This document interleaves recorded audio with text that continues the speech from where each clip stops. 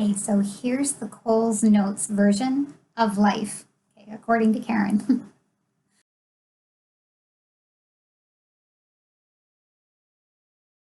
So here we are as these beautiful, sensitive, loving beings who've come with, open hearts to be in service. And then we manifest into physical form. And boom, we can hit that moment of conception. And I think of that moment of when spirit meets matter for the first time. And in that moment, or in many moments after that, either in utero or during birth or after birth, oftentimes us sensitive, wee little beings can hit the realization of what we've signed up for. And I think it must be, I don't know this, but I think it must be hard to imagine the denseness on this 3D plane when we're in spirit form. And so when we arrive and we can actually feel what's going on and some of the buried pain and the buried trauma that exists in our parents, in our families, in our cultures all around the world, there can be a holy moment of what am I doing here? For children who go into overwhelm or are feeling pain and need support, it's too much for them to process on their own. They will rely on primarily the mother or the father to help hold them and hold space for them and attune to what's happening for them and calm them.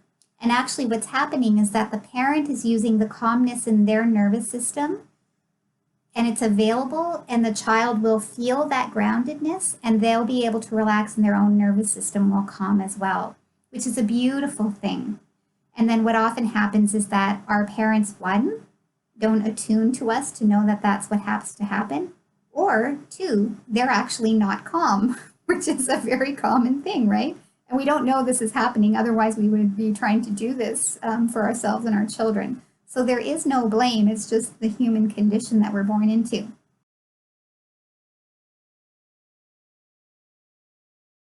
For a child who's experiencing that, there's an awareness of, first of all, there's a lot of pain and I'm seeing that it's too much and I can't respond to what's happening in the world.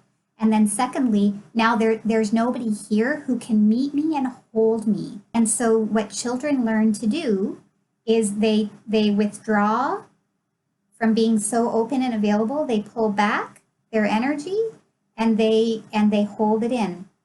And so it's like a constriction and something closes off and we keep it buried and close. That pain that was too much gets stored inside. It gets stored even in our bodies in a very physical way, and it stays there.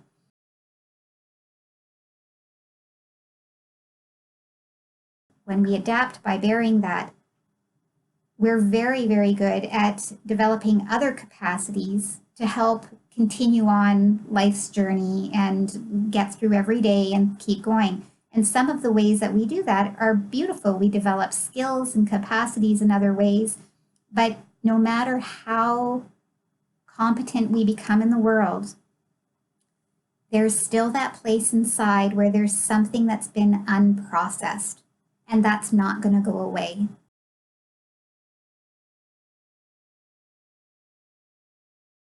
We attract people, circumstances, and events into our lives that actually trigger those old feelings to come up again, to give us an opportunity to create some space to actually be with them and continue the processing so we don't have to bury it again. So there I am attracting patterns in my life. It's like, oh, there's the same thing with relationships. It's different people, but always the same pattern coming up. And why can't I get away from those people? Well, actually, there's something that's attracting that experience to come into my life so that I can have a look at where the pain was originally that's associated with that feeling that I'm having. The problem is that we don't know that that's what we're supposed to do. And oftentimes, what I'm attracting is going to become more and more intense until I finally get the message.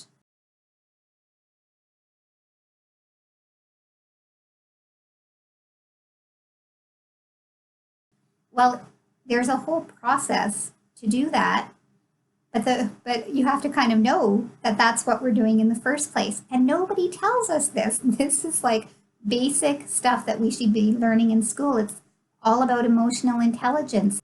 We have become really locked down into, I want to avoid that pain, and so I'm going to become very rigid and controlled about how I see things and how I respond to things so that I can keep myself safe and keep that pain buried. But that's going to bite us in the butt in the long run.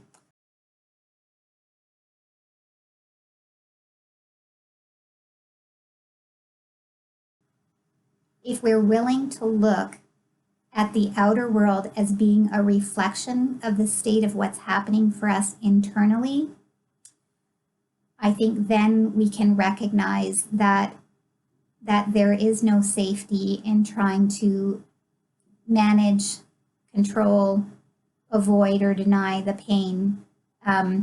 It's not going to go away. And as we get better at avoiding it internally by staying busy and addicted to our screens and not being in nature and being disconnected from other people and relationships, and even ourselves, then things are becoming more dire and critical in the world around us as a reflection. So the good news is that at least we have an idea that there's something that we need to do now. We need to go inside and allow there to be space and process for those old things to surface so we can be with them. And there's a way to do that. And at least we know, because a lot of people don't know. And so that's where the seed of hope lies for me. And when we actually start to do that, you may not believe me now unless you've done some of this work on your own already, but there is such a beauty when we reclaim those parts of ourselves that had to shut down to keep us safe and to keep us functioning. We can touch the pain that we originally had can sometimes be agonizing, and the process of being with it together so that it has a place to be witnessed and held with love and compassion and to be there